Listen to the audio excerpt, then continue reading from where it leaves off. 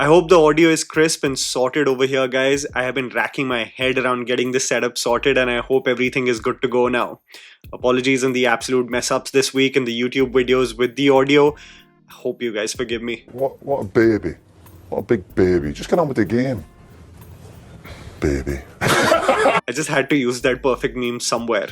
Today on the channel, we're going to do an all-encompassing entertainment news episode with a hyper focus on some of the new teasers, trailers, and songs that have dropped and what I feel about everything. I would love to know what you feel about some of the first looks that have dropped too. I first of all have to speak about the upcoming project called Ek Din, produced by Aamir Khan. This is a movie that is an official remake of the 2016 Thai film One Day. The case of Nepo Baby launches and initial careers is quite interesting because even before they have proven themselves as credible actors or individuals the audiences have celebrated with their debut film, they already end up doing 2 to 3 movies. Junaid Khan, Aamir Khan's son, even before his first movie Maharaj had dropped on Netflix, was already on the verge of finishing shooting for 3 movies. The case, other than YRF debut talent that already do the infamous 3-film contract in Hindi cinema, is that they have to be first judged, analysed and accepted by the public to be further signed on for projects, but most Nepo babies get the privilege for signing multiple films even before their debut releases, with the assumption that people are interested to see the kids of famous actors. It's true,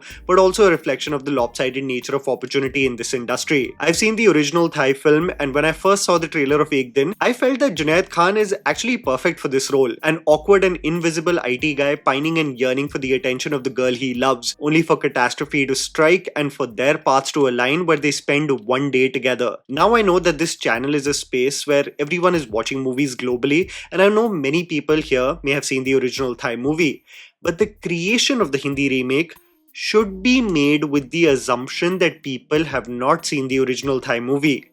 The creation of the marketing material should be such that there is still room to explore what may happen, irrespective of the source material already being available in other languages. What I say right now is also relevant because trailers these days absolutely are leaving nothing to the imagination of the audience, and just 2 days ago regarding the same themes, Steven Spielberg has disclosed that the marketing material of his upcoming movie will not feature any frames from the third act, something that should be the norm of movie teasers and trailers irrespective of the genre. Aamir Khan is someone who I really consider to be quite the marketing genius, especially in the various ways in which he formulates the trailers of unique projects. Remember the marketing of a movie like Delhi Belly, where Aamir was clowning on himself regarding the profanity in the movie? पिछले 20 साल में जो इज्जत मामू ने कमाई है ना, सब लुटाने वाले हैं, लुटाने वाले हैं।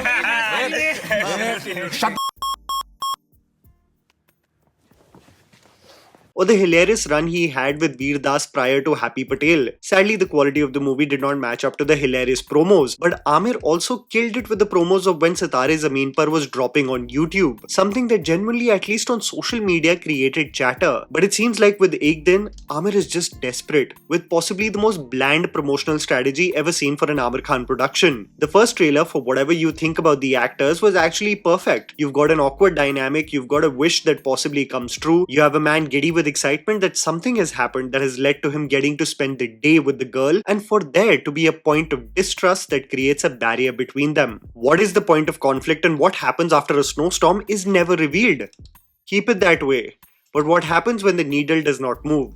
What happens when you open the ticket sales close to 40 days before the official release and no one is talking about the movie? You cave in and give more and adopt the Rohit Shetty strategy that I will provide you everything in the trailer I have to offer in theaters except the climax. मजाक है क्या? It only screams of desperation. To release a trailer 2 is where I could not help but facepalm. The invisibility of Junaid is doubled down, the Japan trip is established, the romantic relationship between Sai and Kunal Kapoor is inferred, the wish takes place, an accident is showcased, the condition Sai Pallavi suffers from is revealed, that she will get her memories back in 24 hours and that she will also forget whatever happens in that one day. What does the creep do? Of course he acts like her boyfriend, finding a window to make a move too, obviously to the annoyance of Sai Pallavi. Bro, at this point you should have just revealed the climax too. And I hear that Aamir Khan has changed the climax from the original film, so that's the only clincher left for anyone to tune in to watch this movie in theaters. This nature of spilling too much in trailers and doubling down by doing a remake anyway alienates people who can see the original,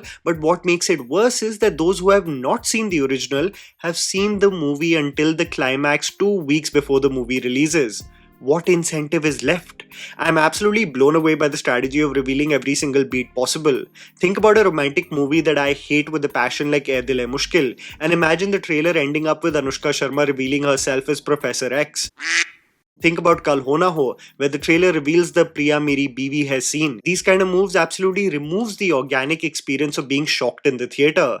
The magic of cinema is completely snatched away because you gave us so much. अच्छा हमको सिखा रिया है. That was my mini rant on Hegde, but I have to speak about another movie that released its first teaser and song. Hai Jawani to Ishq Hona Hai is the upcoming David Dhawan directorial featuring Varun Dhawan, Mrunal Thakur and Pooja Hegde. Everyone has this intense narrative and discussion that has been going on for many years that it is David Dhawan that is ruining the career of Varun Dhawan, that Varun's father is holding him back from commercial success. I don't know whether this is just mostly pandemic babies talking like this, but Varun Dhawan has over 20 films with full-fledged roles and has collaborated with his father just thrice. Main Tera Hero and Judwa 2 are box office hits, by the way. I love Main Tera Hero, one of my guilty pleasures, and even though I find Judwa 2 absolutely cringeworthy, both these movies are box office hits, and Coolie Number 1, a digital release, a terrible project no doubt, is probably the worst collab the father-son duo have done. But to label David Dhawan as pulling Varun Dhawan down as being the reason for not having achieved his true potential is a gross exaggeration. 4 movies over a span of 20 being alluded to someone's downfall is a bit much. I wanted to get this out of the way because I see that comment quite often on social media. The trend of classic movie songs becoming film titles continues with this movie, with its first teaser making me facepalm, not because the movie is just a carefree comedy, I'm always seated for something mindless and fun, but because the teaser introduces the story with what will plague our industry completely, a lazy dependence on AI. I'm not opposed to the technology, by the way. I think its use, if it enhances storytelling at least visually, an element to further add to the canvas already established,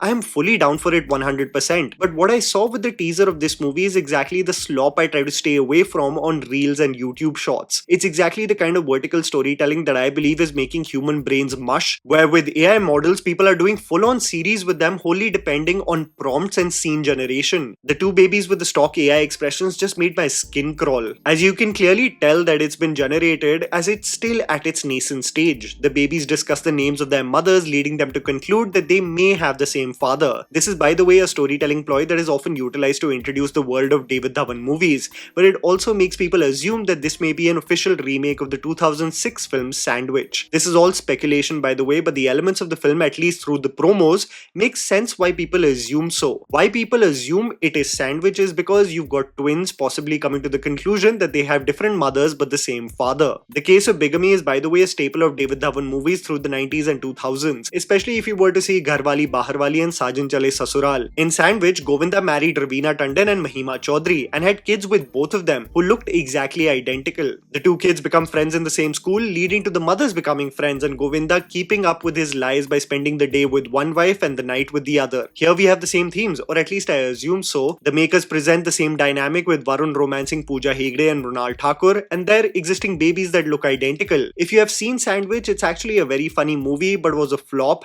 and I really want you to experience it on your own without giving away the twist because it's peak 90s and 2000s brain rot twist. If I were to give you a hint, it has themes explored in war, by the way. If it is a remake of Sandwich, keyword if, I'm shocked that why makers would want to even revive a flop movie anyway. Though I think it might be a conflict of interest as Tips did not produce the 2006 film, Smita Thakre did. If they have taken the rights, it's like creating a sequel for Hero Panti. Who asked for it? Who asked for Yamla Pagla Divana Phir Se? Who asked for Masti 4? Sometimes I want to sit in these boardrooms and understand what people assume people want. I want to state though that I really don't have any expectations from this film, but I do have a soft corner for Varun in brain rot comedies. Maybe it is because of the memories of Main Tera Hero, or maybe what he did in the Humpty and Badri films, but I think it's also important that it's fun, unique and original ideas versus derivative of what we have already seen. While the teaser pissed me off for its dependence on AI, even the Mikka single produced a rather lukewarm response from me. Titled Vyah Karwa Do Ji, I'm always down to see Varun shake a leg on the dance floor. I also love that he does process criticism well when it's warranted. In a recent interview, he spoke about on how he acknowledges that there are times where the energy of the performance is often erratic compared to the theme and pitch of the song. Here he has the same problem, but it is still way more measured than what I am used to seeing. But I genuinely want the likes of Vijay Ganguly, the choreographer, also to please stop telling heroes to put their hands in their pockets. I feel like every time I see a pattern of choreography choreography performed by a commercial actor now. It's them with their hands in their pockets doing a combination of footwork. I thought this was just a Kartik Aaryan problem, but it's trickling everywhere. I love the unique hook step performed by Varun, but I think the vocals of Mika Singh just don't align with the theme of the song. It almost seems like it's meant to be a part of a different visual feel. What's the most glaring part about the choreography is the level of difference in ability as dancers between Varun and Mrunal, especially when performing the hook step combination. Mrunal is extremely stiff through most of the movement, and I think even the editor acknowledges the same, so when they are performing the hook step, it has to ensure that it's a wide shot so that the difference in ability is not obvious. The marketing of this movie, at least as of now, has been rather poor, but what I do think will end up doing well and can be fun, this is an Anmol Nata Adarsh prediction, is Cocktail 2. And this is not Anmol Jamwal's biased behavior towards Shahid Kapoor. But I think we just need something fun, light, romantic, and with beautiful people in picturesque locations for a change. Even though I wasn't a fan of the choreography of Jab Talak, the song has been on loop for me, and I finally may get out of my dance hibernation and do something fun on this track for you guys ASAP. On a surprising and totally out of syllabus note though, because I want to end on a more hopeful note versus just dread and disappointment, a movie trailer that seemed to at least create a crazy first impression is Krishna Avataram, The Heart, that no one had any idea about a week ago. This is a movie directed by Hardik Gajjar, who is especially relevant or seems to know what he is doing because his filmography includes being the director of TV shows like Devon Ka Dev Mahadev and Siya Ke Ram. This trailer surprised me so much on what the makers are attempting. The casting of Lord Krishna seems like a risk, but visually in my POV, extremely apt from the trailer. Siddharth Gupta, who you may remember from the viral song Vaste, is cast in the lead role, and his sharp features and a certain serenity and calmness in his demeanor generally generated the best first impression from me. Even his dialogue delivery has this stillness, this presence of assurity and conviction that works so well to introduce us to the world. The movie reimagines the journey of Lord Krishna, tracing his path from Dwarka to Kurukshetra after parting ways with Radha. The tale of selfless love with Radha, but a marriage that seems destined with Rukmani, is the saga that we will all get to see here. I know everyone reminisces about Saurabh Raj Jain, who so beautifully played the iconic character with such grace in a TV serial, but I think Gupta, at least with the teaser, fits the part really well for now. The reason why I believe a movie like this instills hope and a genuine regard versus outright criticism is I believe because the maker's intention is to prioritize the emotion and drama versus the visual spectacle. So when the dialogues highlight the emotional dichotomy of what is boundless with Radha and what is destined with Rukmani, even the flaws in the visuals seem to be forgotten because the music and the romantic conflict and despair seems to take center stage. This often becomes the interesting theme that becomes a topic of discussion for people as observers, or why a love so pure with Radha never reached fruition in the form of marriage. Why the love, while acknowledged with Radha, was meant to be official only with Rukmani. I think this element of prioritizing the emotions with the music and the relationships being its core essence makes the submergence of Dwarka, the visuals of the natural elements in the background that have been digitally created in a rudimentary manner, not such a point of contention, especially when there has been no expectation set due to a numerical value of the amount invested in the project. 4,000 crores.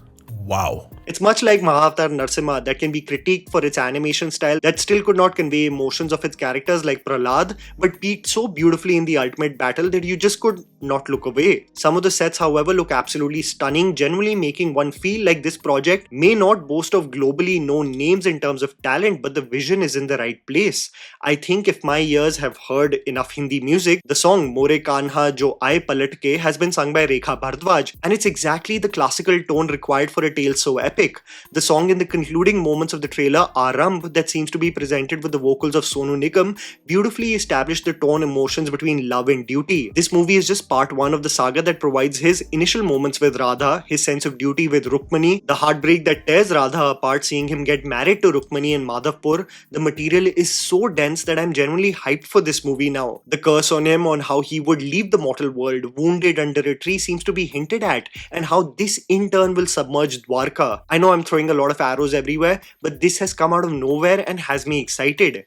Even if I were to mildly be critical of the CGI in places, I'm absolutely blown away by how it still does not seem like a compromise in many instances. In terms of scale and just the epic stature the storytelling deserves, the casting genuinely seems so interesting, for there are no preconceived notions in our head, but a clean slate of almost seeing them for the first time, at least I have for the first time, making me genuinely believe that this may be a dark horse in 2026 that may out of nowhere generate an exceptional patronage in theaters. And that was the video, guys. Write down in the comments below what you thought about these teasers and trailers. Please don't forget to follow me on Instagram. The handles are right in front of you. Follow me at JammyPants4. Also, please support us by smashing the like button and subscribing to our channel for weekly content ahead. Thank you for watching.